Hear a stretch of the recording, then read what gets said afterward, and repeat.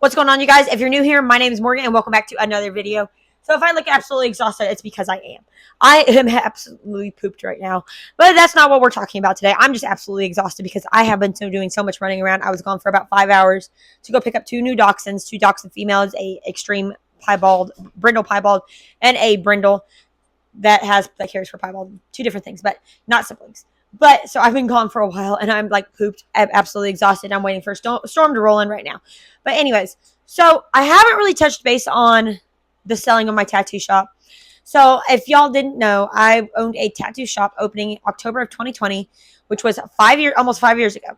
So I owned this tattoo shop with my spouse. We were located in like the middle of my city, and we did very, very well. We did very, very well for ourselves. You know, it was always a struggle to find a new artist that fit our expectations because of where we were at. We pulled in a lot of horrible artists that were not worth it to us, that ended up either doing some really, really bad work or just were overall inappropriate, disrespectful, you know, that kind of thing.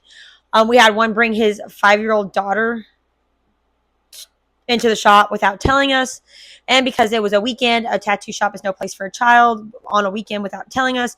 If I would have known, I would have brought her into the back office and had something to set up, but I wasn't aware at the time, and she kind of just hung out and ran around the shop and started a bunch of issues because she was 5. And as much as I love kids as much as the next person, sometimes you have to make your bosses aware when you're bringing your kid to work, because the average job, you aren't always allowed to do that. And in a tattoo shop, it's not entirely different. Now, shops aren't always for kids. Now, you can bring kids for your tattoos, but leaving your kid to run around, that's a totally different story. If she would have, you know, been good, sat on the sofa or been with me and hung out, it would have been different. But running around, possibly, you know, hurting herself, that's a totally different story. But I ended up selling my shop a couple years ago. It was 2023, I think, like December of 2023. We ended up selling our tattoo shop. So we owned the shop for over 2 years, and we sold it because of the overhead. Now, we did have a lot of overhead in the shop, but also things were starting to slow down quite a bit, and tattoo shops were opening everywhere. But we decided that because in my county, you are allowed to open up a tattoo shop if it's separate from living quarters.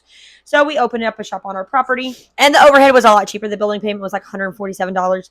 So the payment itself became a lot cheaper compared to our rent was, I think it was $1,100, which with our house payment on top of utilities, on top of everything else.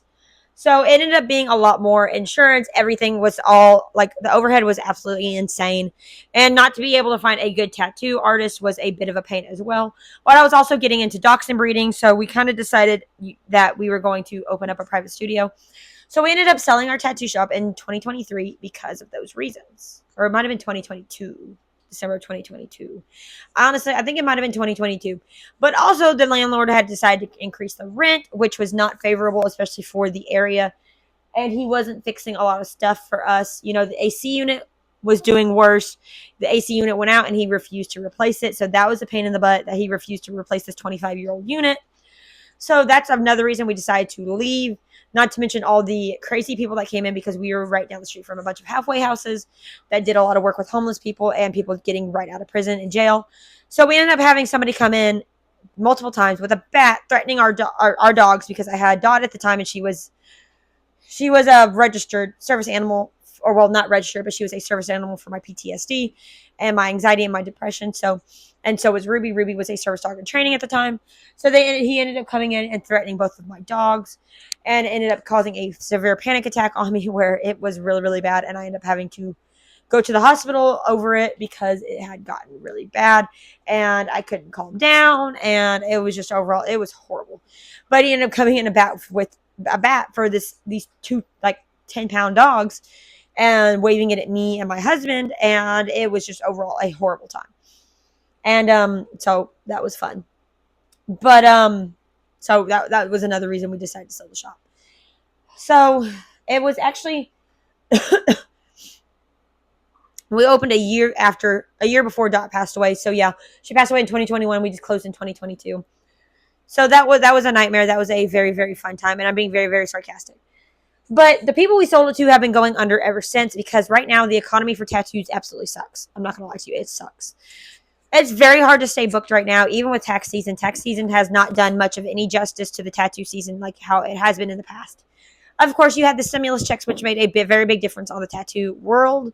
For I think it was since COVID, it was like a year or two, and since then it has gone down really, really fast. And everybody and their mom thinks that they can tattoo right now, and they're screwing people up. People are going for cheap tattoos, and it's just getting really, really bad. So that was another reason we decided to sell. But it's gotten worse this year and last year. So about October of last year, 2024, things started to get really bad. And now to the point where tattoo shops are going under.